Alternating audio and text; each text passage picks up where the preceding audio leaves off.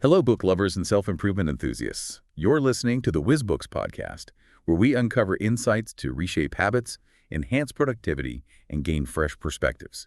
Prepare to dive in, learn, and get motivated. You know that feeling when your to-do list is a mile long and your brain feels like it's running on fumes. We've all been there. Today, we're taking a deep dive into David Allen's Getting Things Done to see if it really holds the keys to stress-free productivity. You might be thinking, I've heard of GTD. What's so special about this deep dive? Well, we're going beyond the basics. Think of it as GTD 2.0, unearthing the hidden gems and practical tips that can truly transform your workflow. What's fascinating about this book is that it doesn't just offer a system. It offers a new way of thinking about productivity. It starts by addressing the root cause of so much of our stress, those mismanaged agreements, often with ourselves, that clutter our minds and sap our energy. Mismanaged agreements with ourselves. That's an interesting way to put it. I think a lot of us can relate to that feeling of having too much on our plates and not knowing where to start. Alan calls these open loops, right? Exactly. Open loops are those unfinished tasks and commitments that linger in the back of our minds, creating a constant low-level anxiety. Think about that project you've been putting off, or that email you need to respond to. Each one of those is an open loop, draining your mental bandwidth. It's like having a million browser tabs open in your mind, slowing everything down. Uh-huh. So how does GTD help us close those open loops and get to that state of relaxed control that Alan talks about? Is it just about making lists and checking things off? It's more than just lists. It's about building a system you can trust so you can free your mind from the burden of remembering everything. Remember the 5 steps: capture, process, organize, review, and do. Right. But I think a lot of us get hung up on the capturing part. It can feel overwhelming to capture every single thought and idea that pops into our heads. Where do we even begin? Start with what Alan calls a mind sweep. Set aside some time to simply dump everything that's on your mind, tasks, projects, worries, ideas, onto paper or into a digital tool. Don't worry about organizing or prioritizing at this point. Just get it all out. So it's like a brain decluttering session. And once we have everything captured, that's when we start processing, right? Figuring out what each item means and what the next action is. Exactly. And that next action question is key. It's about breaking things down into concrete, actionable steps. Instead of feeling overwhelmed by a huge project, you focus on the very next physical thing you can do to move it forward. I found that to be so helpful. It's like that saying, how do you eat an elephant? One bite at a time.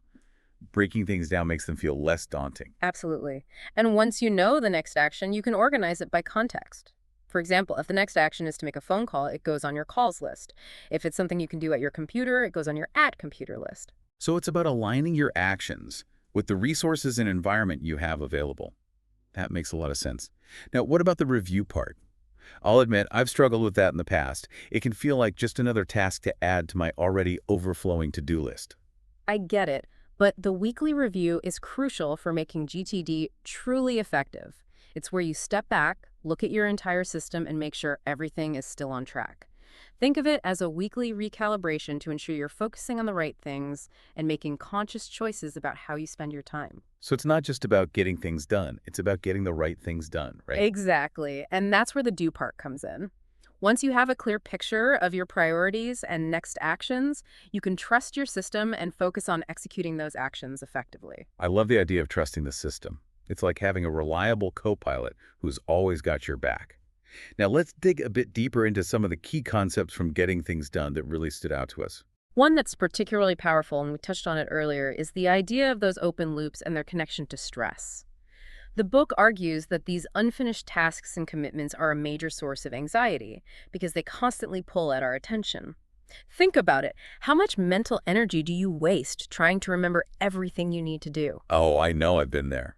It's like my brain is constantly running in the background trying to keep track of everything. No wonder I feel exhausted all the time. Exactly. GTD helps you close those open loops by capturing them in a trusted system so your mind can finally relax. It's like hitting the save button on your brain. Yeah. Knowing that everything is captured frees up your mental RAM to focus on the task at hand. Precisely. And another key concept is the power of the next action question. It's so simple, yet so effective. It forces you to move from the abstract realm of ideas and to-do lists to the concrete world of action. I'm curious, have you found that asking yourself what's the next action has helped you overcome procrastination or get unstuck on projects that felt overwhelming? Absolutely. It shifts your focus from feeling overwhelmed by the enormity of a project, to identifying that one doable step you can take right now. And often that one step is all it takes to break the inertia and start building momentum. It's like that famous quote, "The journey of 1,000 miles begins with a single step." Exactly.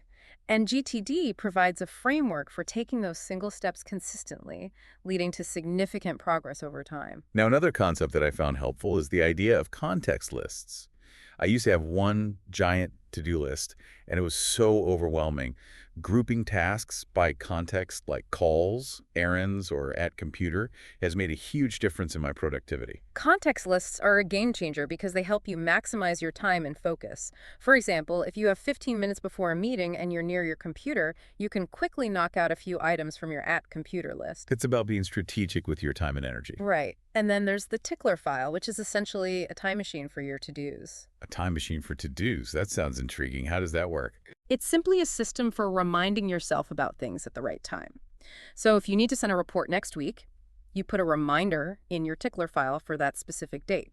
Then you can trust that you'll be reminded when it's relevant and avoid those last-minute scrambles. I love that. It's like outsourcing your remembering so you can focus on doing. Exactly.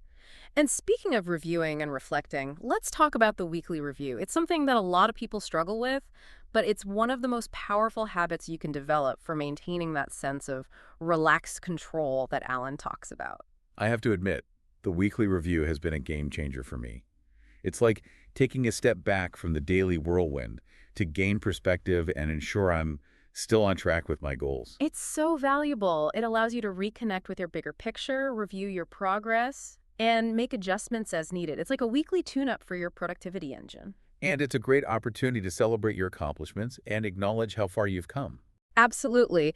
It's important to recognize our wins and give ourselves credit for the progress we're making. Now, we've covered a lot of ground so far, but getting things done is more than just a system for managing tasks. It's also about understanding the emotional and psychological aspects of productivity. That's so true. I think a lot of us struggle with feelings of overwhelm, guilt, and even self-doubt when it comes to productivity. How does GTD address those deeper issues? One of the most insightful things Alan talks about is the idea of broken agreements with ourselves as a source of stress. You mentioned that earlier. Can you elaborate on what that means? Think about all those tasks or projects you've been putting off for weeks, months, maybe even years. Each of those represents a broken agreement with yourself. You told yourself you would do it, and you haven't. And those broken agreements accumulate, creating a sense of guilt, overwhelm, and even self-doubt. Wow, that's a powerful insight. It makes me realize how often I set unrealistic expectations for myself or overcommit to things without fully considering the implications. So common. But GTD provides a framework for renegotiating those agreements with ourselves.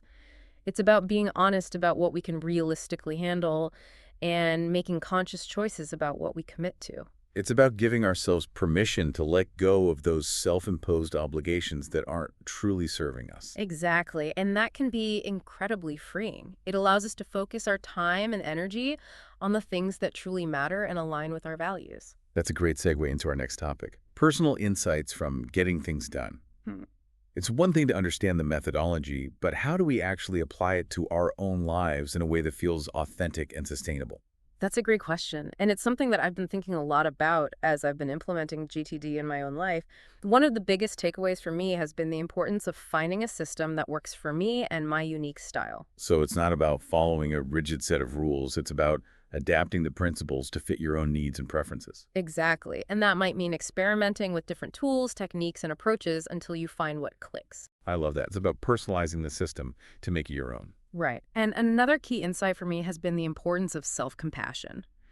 It's so easy to get caught up in the pursuit of productivity and beat ourselves up when we don't meet our own expectations. I think a lot of us struggle with that. We're so hard on ourselves. We are.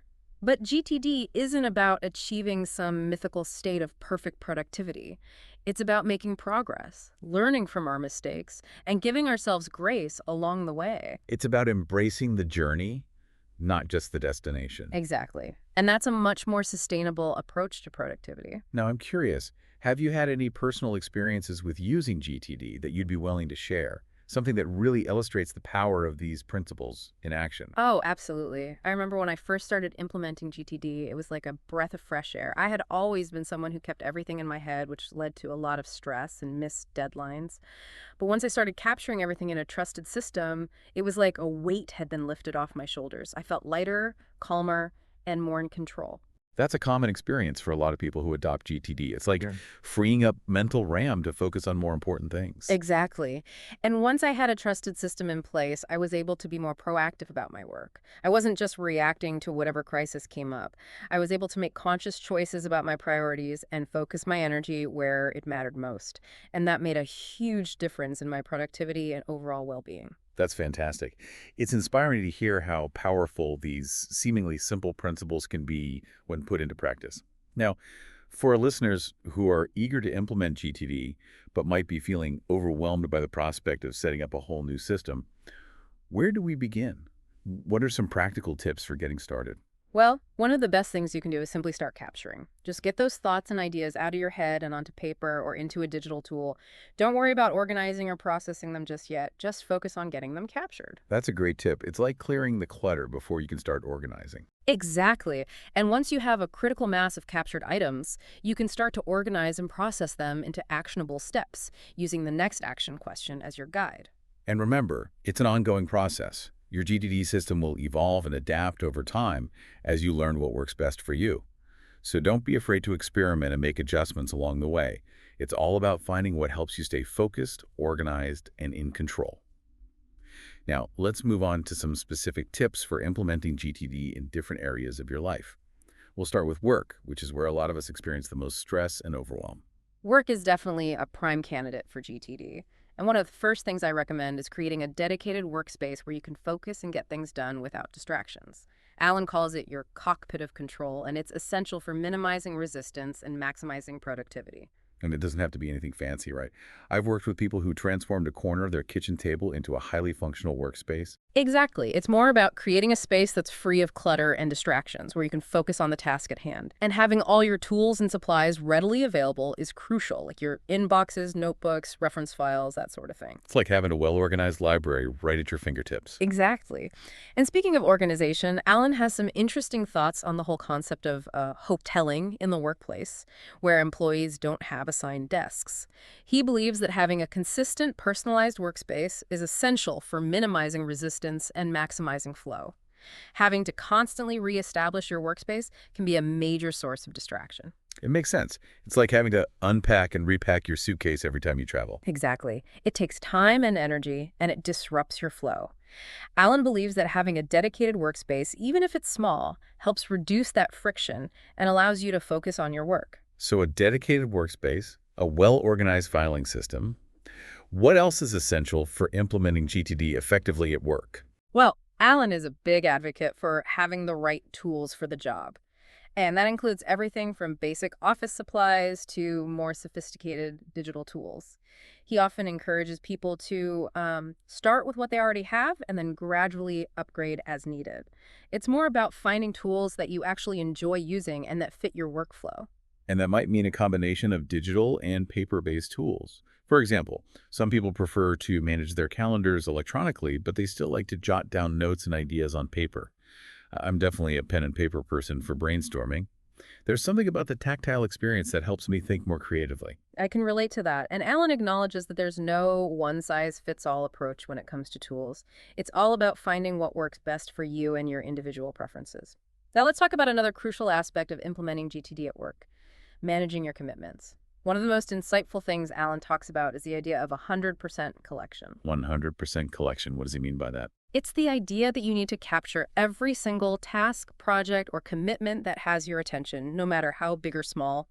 No more mental to-do lists or sticky notes scattered everywhere. The idea is to get everything into a trusted system so your mind doesn't have to work so hard trying to remember it all. And that includes both work and personal commitment, right? Absolutely. It's about creating a holistic system that encompasses all areas of your life. No more separating work and personal life. It's all integrated into one system. And that can be a real game changer because it allows you to see the bigger picture and make more informed decisions about your priorities. I can see how that would reduce a lot of stress and overwhelm. It's about creating a sense of coherence and alignment across all areas of your life.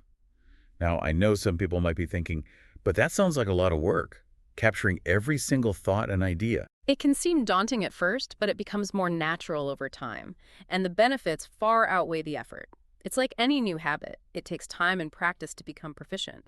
And once you start experiencing the benefits of having a clear mind and a trusted system, you'll be hooked. I know I was. Mm. Now, let's talk about another key concept from getting things done, the idea of defining our work. This is where things can get a little tricky, right? Defining your work. It's a crucial step in the GTD process, and it's often where people get stuck. It requires us to slow down, think critically, and make conscious choices about what we're committed to. It's not just about reacting to whatever comes up, it's about being proactive about our commitments. And that can be uncomfortable for some people because it forces us to confront our priorities and make tough decisions about what's truly important. So, how do we get better at defining our work? It starts with being clear about our goals and values. Why are we doing what we're doing? What do we want to accomplish? What's important to us? Those are the fundamental questions we need to answer before we can effectively define our work. And once we have that clarity, we can start making more conscious choices about what we commit to and how we spend our time and energy. It's about moving from a reactive mode to a proactive mode. And that shift can be incredibly empowering. It's about taking control of our lives and our work rather than letting them control us. Exactly. And that's ultimately what getting things done is all about, achieving a state of relaxed control and heightened productivity. It's about freeing up our mental energy so we can focus on what matters most and live more fulfilling lives. Beautifully said. Now let's shift gears a bit and talk about the role of technology in GTD. Alan's book was written before the explosion of smartphones and productivity apps, but his principles are still incredibly relevant in today's digital world. So how do we adapt GTD for the digital age? It's all about finding the right tools that work for you and your workflow. There are tons of apps out there for task management, project planning, note-taking, you name it. The key is to choose tools that support the principles of GTD, such as capturing everything, processing into actionable steps, organizing by context, and reviewing regularly. Don't get caught up in the bells and whistles. Focus on the core principles. And remember, technology is a tool, not a solution in itself. It's about using technology to support your productivity, not letting it become a distraction. And that's a crucial distinction. It's easy to get caught up in the endless stream of notifications and updates, but ultimately, technology should be serving you, not the other way around. Now, let's move on to a topic that often trips people up when implementing GTD. Dealing with those inevitable broken agreements. We've talked about the emotional weight of those broken agreements with ourselves, but what are some practical strategies for addressing them? Alan outlines 3 options. Don't make the agreement in the first place, complete the agreement, or renegotiate the agreement. Let's start with don't make the agreement. That's all about being more conscious of our commitments and learning to say no to things that don't align with our priorities or values. It's about setting realistic expectations for ourselves and not overcommitting. It's about respecting our time and energy and recognizing that we can't do everything. Sometimes saying no is the most productive thing you can do. Exactly. Now, what about completing the agreement? That's where the GTD methodology really comes into play. It's about having a system in place to capture, process, organize, review, and do those commitments so they don't become open loops that haunt us. And that sense of accomplishment we get from completing a task, no matter how small, can be incredibly motivating. It builds momentum and reinforces the positive cycle of productivity. And then we have the option of renegotiating the agreement. This is an important one because it acknowledges that sometimes circumstances change and our priorities shift. It's okay to reevaluate our commitments and adjust our expectations accordingly. It's about being honest with ourselves and others about what we can realistically handle. It's about having those crucial conversations to ensure everyone is on the same page. And that can be a powerful way to reduce stress and prevent those broken agreements from piling up in the first place.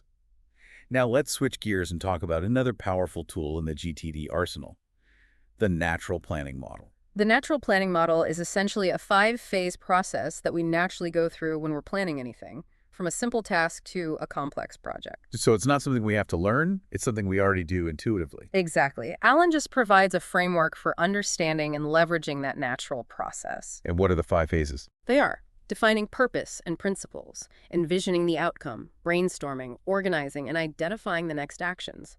So it starts with defining why we're doing something, and what principles will guide our actions. That's the foundation of any successful plan.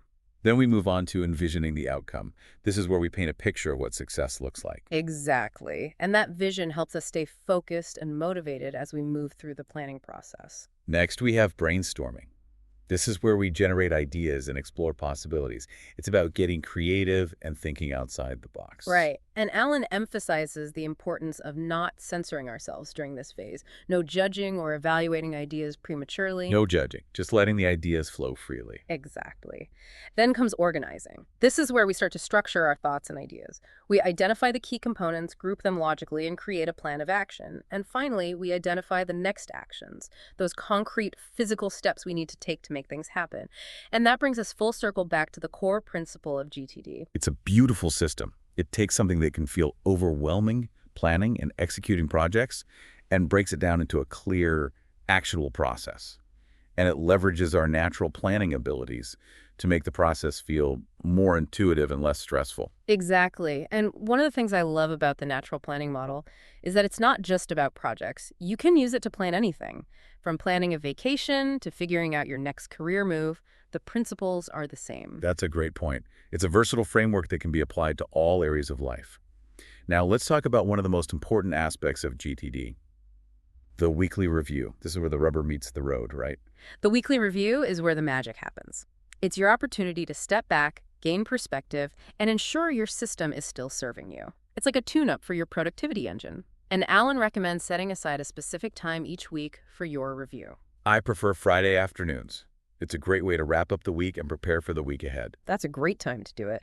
And during your review, you'll want to go through your entire system, from your inboxes to your project list, and ensure everything is captured, processed, organized, and up to date. It's also a great time to reflect on your progress and celebrate your accomplishments. Absolutely. Acknowledging our wins is an important part of staying motivated and on track. And if things aren't going as planned, the weekly review is a great opportunity to course correct and make adjustments. It's about staying flexible and adapting your system as needed.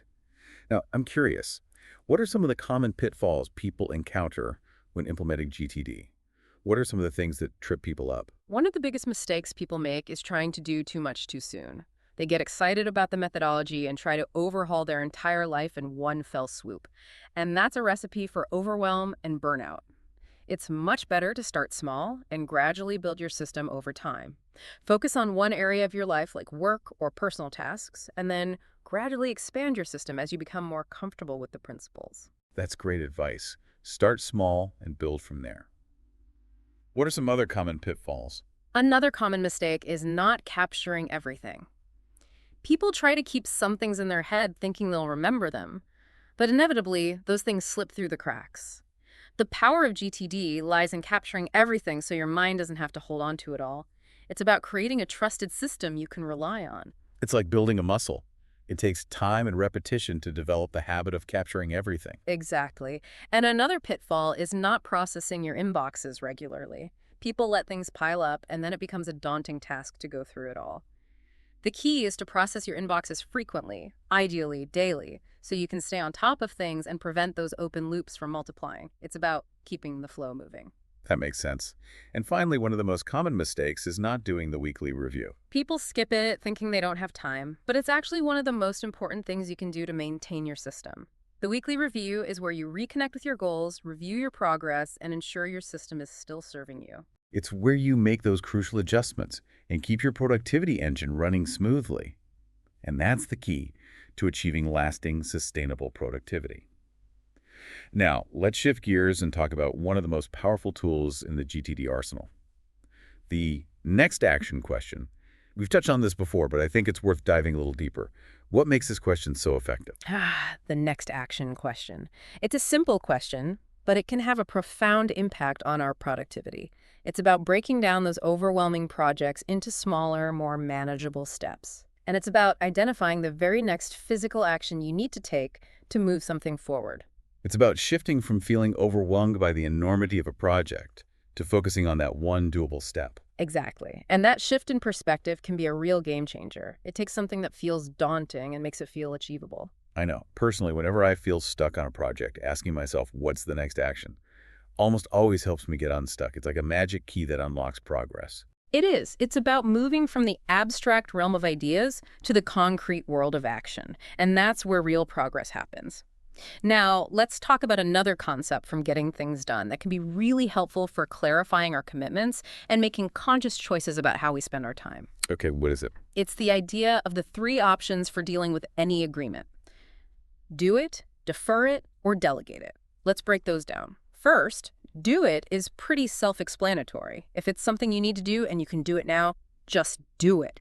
Get it off your plate and move on. That's great advice. Don't overthink it, just take action. Exactly. Now, defer it is for those things that you can't or don't want to do right now. Like that email that requires a more thoughtful response or that project that's not due for a few weeks. Exactly. And the key here is to defer it consciously and intentionally. Put it on your calendar, add it to your to-do list, or put a reminder in your tickler file so you know you'll come back to it when you're ready. So it's not about forgetting about it. It's about intentionally choosing to deal with it later. Precisely. And then we have delegate it. This is for those tasks that someone else can do either just as well as you or even better.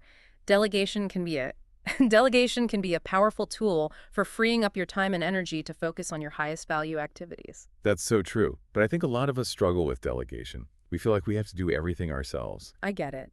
But delegation isn't about abdicating responsibility. It's about empowering others and creating a more efficient and effective workflow. And it can be incredibly rewarding to see someone else succeed at a task you've delegated to them. That's a great point. It's about building a team and leveraging everyone's strengths. Now let's talk about another area where GTD can be incredibly helpful: managing our personal lives. Our personal lives are often just as chaotic and overwhelming as our work lives, and GTD can provide a much-needed sense of structure and clarity. One of the key principles for applying GTD to your personal life is to treat your personal commitments with the same level of respect and attention that you give your work commitments. So no more letting personal tasks fall by the wayside. Exactly. Schedule time for your hobbies, your relationships, your self-care. Capture those commitments in your system, just like you would a work deadline. It's about making a conscious choice to prioritize the things that matter most to you, both personally and professionally. Right. And another key tip for applying GTD to your personal life is to break down those big, overwhelming goals into smaller, more manageable steps. Just like we do with work projects. Exactly. Want to write a novel? Start by writing for 15 minutes a day. Want to learn a new language? Start with one new word a day. Small steps, consistently applied, lead to big results. Exactly. And GTD provides a framework for taking those small steps and tracking your progress along the way. Now, let's talk about a topic that's often overlooked when it comes to productivity: the importance of managing our energy. We can have the most efficient system in the world, but if we're exhausted and burnt out, it's not going to do us much good. That's so true. And getting things done actually addresses this quite well. It's not just about managing tasks, it's about managing our energy and attention. So it's not about pushing ourselves to work harder and longer. It's about working smarter and more sustainably. Exactly. And that means taking breaks, getting enough sleep, eating healthy foods, and engaging in activities that recharge our batteries. It's about treating ourselves with the same care and respect that we would a valuable piece of equipment. Right. And GTD can help us schedule those energy-renewing activities into our day, just like we would any other commitment. I love that. It's about taking a holistic approach to productivity that encompasses both our physical and mental well-being. Now, let's talk about one of the most challenging aspects of GTD: maintaining consistency. It's one thing to set up a system, but it's another thing entirely to stick with it over the long haul. Consistency is key, and it's something that takes practice and discipline. One of the best things you can do to stay consistent with GTD is to make it a habit. Integrate it into your daily routine, just like brushing your teeth or taking a shower. It's about making it a non-negotiable part of your day. Exactly. And another helpful tip is to find an accountability partner or join a GTD support group. Having someone to share your challenges and successes with can make a huge difference in your motivation and commitment. It's like having a cheerleader in your corner. Exactly. And remember, it's okay to slip up from time to time. Everyone falls off the wagon occasionally. The key is to get back on track as quickly as possible. Don't beat yourself up, just dust yourself off and start again. Progress over perfection. Exactly. And finally, remember that GTD is a journey, not a destination. It's a process of continuous improvement and refinement. So be patient with yourself, experiment, and find what works best for you. The rewards are well worth the effort. That's such a great message. It's about embracing the process and enjoying the ride. Now, let's shift gears and talk about some of the potential downsides or limitations of GTD. No system is perfect, right? That's true, and GTD is no exception. One of the most common criticisms of GTD is that it can be too complex and time-consuming to set up and maintain, and that can be true, especially if you're trying to do everything at once. That's where that start small advice comes in handy, right? It's better to implement GTD gradually, focusing on one area at a time, rather than trying to overhaul your entire life overnight. Absolutely. It's about finding the right balance between structure and flexibility. You want a system that supports you, not one that feels like a straitjacket. That makes sense. Another potential downside I've heard is that GTD can become too focused on tasks and to-dos, losing sight of the bigger picture, the why behind the work. That's a valid concern. GTD is a powerful tool for managing tasks, but it's important to remember that it's just a tool. It's not a substitute for having clear goals, values, and a sense of purpose. So it's about using GTD to support your bigger vision, not letting it become an end in itself. Precisely. And that's where the weekly review can be so valuable. It's a time to reconnect with your goals, reflect on your progress, and ensure your system is still aligned with your overall direction. It's like taking a step back to make sure you're still on the right path. Exactly. Now let's talk about another potential challenge with GTD, dealing with those unexpected interruptions and distractions that inevitably pop up throughout the day. Oh, I know those all too well. It feels like just when I get into a groove, something comes along to derail my focus. We've all been there. Yeah. But GTD actually provides some helpful strategies for dealing with those interruptions. One technique is to have a catch-all list or inbox where you can quickly jot down those unexpected tasks or ideas so they don't derail your current focus. So it's like acknowledging the interruption without letting it completely take over. Right. You capture it quickly and then get back to what you're doing.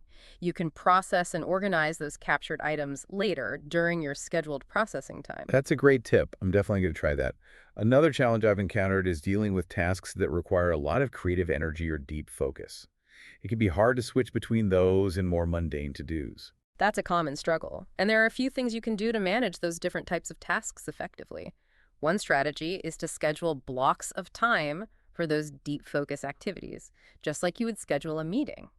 So it's about treating those creative tasks with the same level of importance as any other commitment. Exactly. Block out that time in your calendar and protect it fiercely. Turn off notifications, close your email, and create a distraction-free environment. It's about creating the space and time for those creative juices to flow. Right. And another helpful tip is to prime your mind before those deep focus sessions. Spend a few minutes brainstorming, outlining, or simply thinking about the task at hand. It's like warming up your creative muscles before a workout. Exactly. And that can make a huge difference in your ability to get into the flow and produce your best work. Now, I think it's important to address something we haven't touched on yet, the emotional side of productivity. You mean like how our feelings can impact our ability to get things done? Precisely. We often think of productivity as a purely rational process, but our emotions play a huge role. Think about how much harder it is to focus when you're feeling stressed, anxious, or overwhelmed. Oh, absolutely. I know when I'm feeling emotionally drained, my productivity plummets. That's a common experience, and that's why it's so important to address those emotional barriers before we can truly be productive. So what are some strategies for managing those emotions so they don't sabotage our productivity? Well, one helpful technique is to simply acknowledge and validate those feelings. Don't try to push them away or pretend they're not there. So it's about giving ourselves permission to feel those emotions without judgment. Exactly. And once you've acknowledged those feelings, you can start to explore what's causing them. Is it a specific task that's causing you stress? Is it a fear of failure? Or is it something else entirely? Once you identify the root cause, you can start to develop strategies for addressing it. Exactly. And sometimes simply talking about those feelings with a friend, family member, or therapist can be incredibly helpful. It's about getting those emotions out of our heads and into the open where we can start to process them. Right. And another helpful strategy is to practice self-care. Make sure you're getting enough sleep, eating healthy foods, exercising regularly, and engaging in activities that bring you joy. It's about taking care of our physical and mental well-being so we can show up as our best selves. Exactly. And remember, it's okay to ask for help. If you're feeling overwhelmed or struggling to manage your emotions, don't be afraid to reach out to a mental health professional. That's great advice. Now let's talk about another aspect of productivity that's often overlooked, the importance of celebrating our wins. Celebrating our wins is crucial for staying motivated and maintaining momentum. It's easy to get caught up in the never-ending to-do list and forget to acknowledge our accomplishments. We're always focused on what's next instead of appreciating what we've already achieved. Exactly. And that can lead to burnout and a sense of dissatisfaction. So how do we make celebrating our wins a regular part of our routine? One helpful strategy is to keep a success journal, where you record your accomplishments, both big and small. So it's like a gratitude journal for our productivity. Exactly. And another helpful tip is to share your wins with others. Tell your friends, family, or colleagues about your accomplishments. It's a great way to boost your morale and build a sense of community. It's about celebrating those wins together. Right. And finally, don't be afraid to reward yourself for a job well done. Take yourself out to dinner, buy yourself a new book, or simply take some time to relax and recharge. It's about acknowledging our hard work and giving ourselves permission to enjoy the fruits of our labor. Exactly. Now, as we wrap up our deep dive into getting things done, I'm curious, what are some of the key takeaways that have resonated with you? Well, one of the biggest things for me has been the importance of capturing everything. I used to try to keep everything in my head, which led to a lot of stress and overwhelm. But now I have a trusted system for capturing those thoughts, tasks, and ideas, and it's made a huge difference in my ability to focus and be productive. That's fantastic. It's amazing how much mental energy we waste trying to remember everything. Another key takeaway for me has been the power of the next action question. It's such a simple concept, but it's so effective for breaking down those overwhelming projects into manageable steps. Whenever I feel stuck, I just ask myself, what's the next action? And it almost always helps me get unstuck. It's a powerful tool for overcoming procrastination and building momentum. And finally, I've really appreciated the emphasis on perspective. It's so easy to get caught up in the day-to-day and lose sight of the bigger picture. But GTD provides a framework for stepping back and ensuring that our actions are aligned with our values and goals. That's so important for living a fulfilling and meaningful life. Now, for our listeners who are eager to implement GTD but might be feeling overwhelmed by the prospect of setting up a whole new system, what are some practical tips for getting started? Well, as we've discussed throughout this deep dive, the best advice is to start small. Don't try to do everything at once. Focus on one area of your life, like work or personal tasks, and then gradually expand your system as you become more comfortable with the principles. That's great advice. And another helpful tip is to find a GTD buddy, someone you can check in with and share your challenges and successes with. Having that support and accountability can make a huge difference. Absolutely. And finally, remember that GTD is a journey, not a destination. It's a process of continuous improvement and refinement. So be patient with yourself, experiment, and find what works best for you. The rewards are well worth the effort. Thanks for joining us. If you like this deep dive, be sure to subscribe, leave a review, and share it. Until next time, keep reading, keep growing, and stay curious. And remember that feeling of having a million browser tabs open in your mind. What if you could close just one of those tabs today by defining a nagging open loop? That's the power of GTD waiting for you.